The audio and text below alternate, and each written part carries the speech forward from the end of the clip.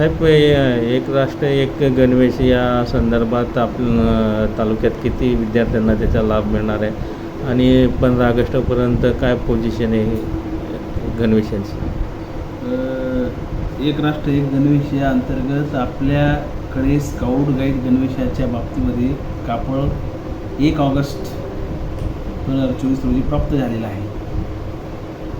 साधारणतः आपल्याकडे जे लाभार्थी आहेत, साधारणतः 13,480 विद्यार्थ्यांना या गणवेशाचा लाभ होणार आहे आणि याच्या शिलाईच्या संदर्भातल्या सूचना आजच दुपारी प्राप्त झालेल्या आहेत. त्यानुसार शालेय म्हणजे स्थानिक पातळीवरील महिला बचत गटांमार्फत हे गणवेश शिवून घ्यावे अशा प्रकारचे आदेश वरिष्ठ स्तरावरून प्राप्त झाले.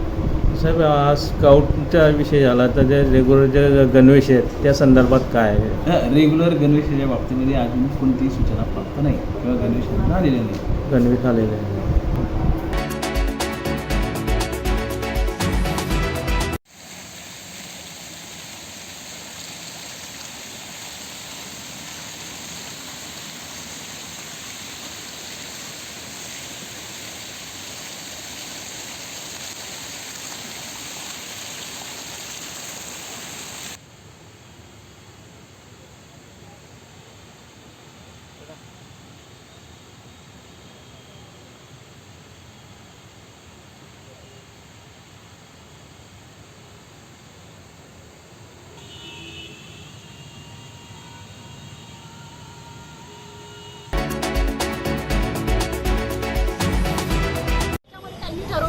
एवढ्या सगळ्या महिला असताना मला एक मत दिलं तर बरं, नाही तर तुमच्या अकाउंटमध्ये पैसे काढून घ्या. यांच्या काय बापाचे पैसे आहेत का? मुख्यमंत्र्यांनी दिलेली योजना हे त्यांना माहिती नाही, अजून योजना लागूच व्हायची आहे, खालीच नाही, महिलांना पैसे मिळालेच नाही.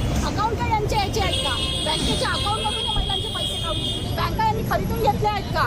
आम्हीच आज महिला काँग्रेसकडून आम्हीच नवनीत राणाला 1500 रुपये महिला काँग्रेसकडून मनी ऑर्डर करून आम्ही परत मागणार नाही. आमच्या बहिणीला ओवाडणी दिलेला हा भाऊ जर म्हणतो आहे पाठीशी एक भाऊ बहिणीची पाठ राखत असतो, हा नवनीत राणा बहिणीच्या ओवाळणीचे पैसे हा मागत आहे. हा खरंच जनप्रतिनिधी नाही, ही महिला काँग्रेस त्यांना दाखवून देईल आणि महाराष्ट्रातल्या महिला सर्व धडा शिकवतील.